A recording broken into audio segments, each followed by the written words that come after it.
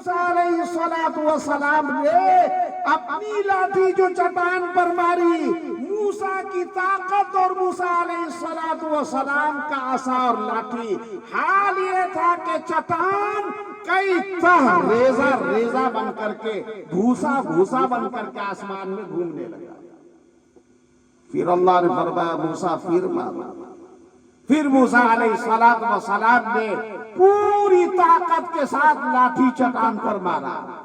پھر چٹان کا حال یہ تھا کئی تہ تک وہ چٹان ریزہ ریزہ بن کر کے آسمان پر گشت کرنے لگا۔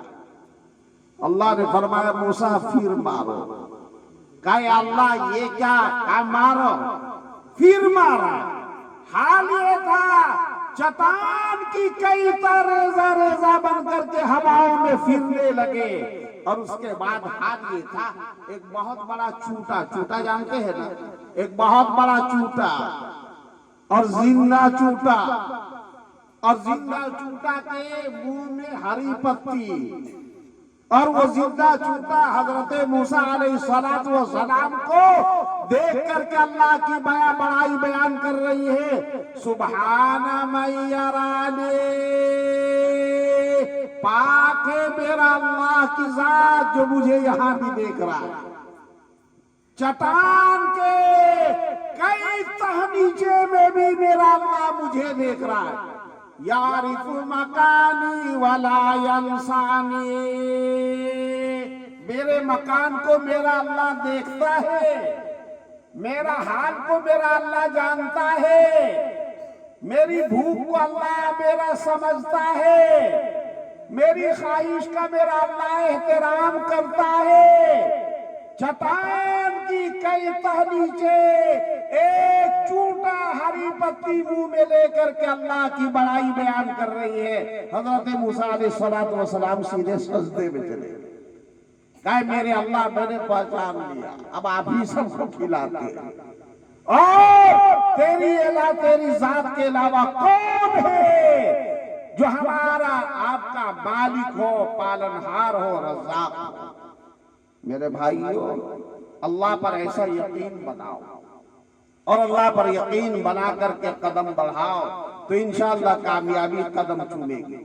تو چوتھی چیز اللہ نے فرمایا وَمَاذَا تَكْسِبُ غَدًا، اور کیا کماؤ گے کل، اور کمائی کیسی ہوگی، اور اللہ تبارک و تعالیٰ کیا دیں گے اللہ کو معلوم۔ اور پانچویں چیز جو اللہ تبارک و تعالیٰ نے ارشاد فرمایا وہ سننے کے لائق، اللہ نے فرمایا وَبِأَيِّ أَرْضٍ تَمُوتُ، اور کہاں مرو گے اور کب مرو گے اس کا بھی علم صرف اللہ کو ہے۔ موت کب آئے گی صرف اللہ کو پتا ہے، اللہ کے علاوہ نہیں کسی کو معلوم۔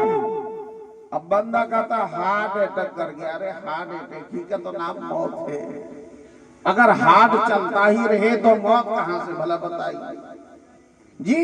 تو یہ موت ہے، موت کا پیغام ہے۔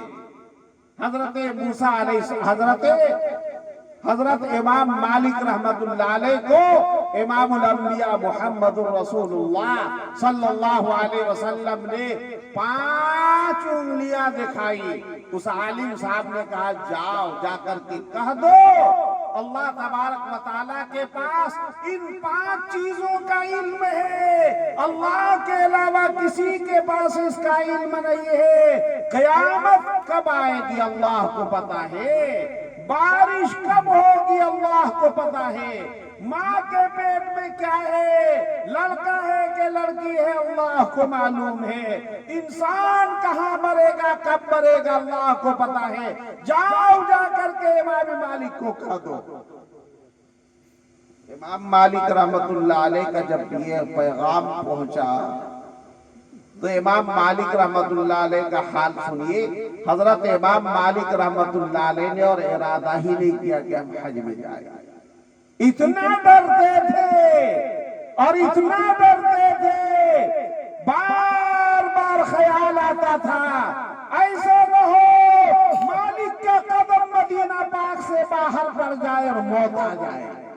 ہم تو مرنا چاہتے ہیں مدینہ پاک میں، مدینہ منورہ میں آقائے نامدار فخر دو عالم محمد الرسول اللہ صلی اللہ علیہ وسلم کے پاکیزہ شہر میں یہاں سے الگ ہونا ہمیں گوارا نہیں۔ چنانچہ امام مالک رحمت اللہ علیہ نے صرف ایک حج کیا، اس کے بعد حج ہی نہیں کیا، پوری زندگی مدینہ پاک میں رہ گئے اور وہی انتقال فرمائے اور وہی رہ گئے اور وہی دفن ہو گئے۔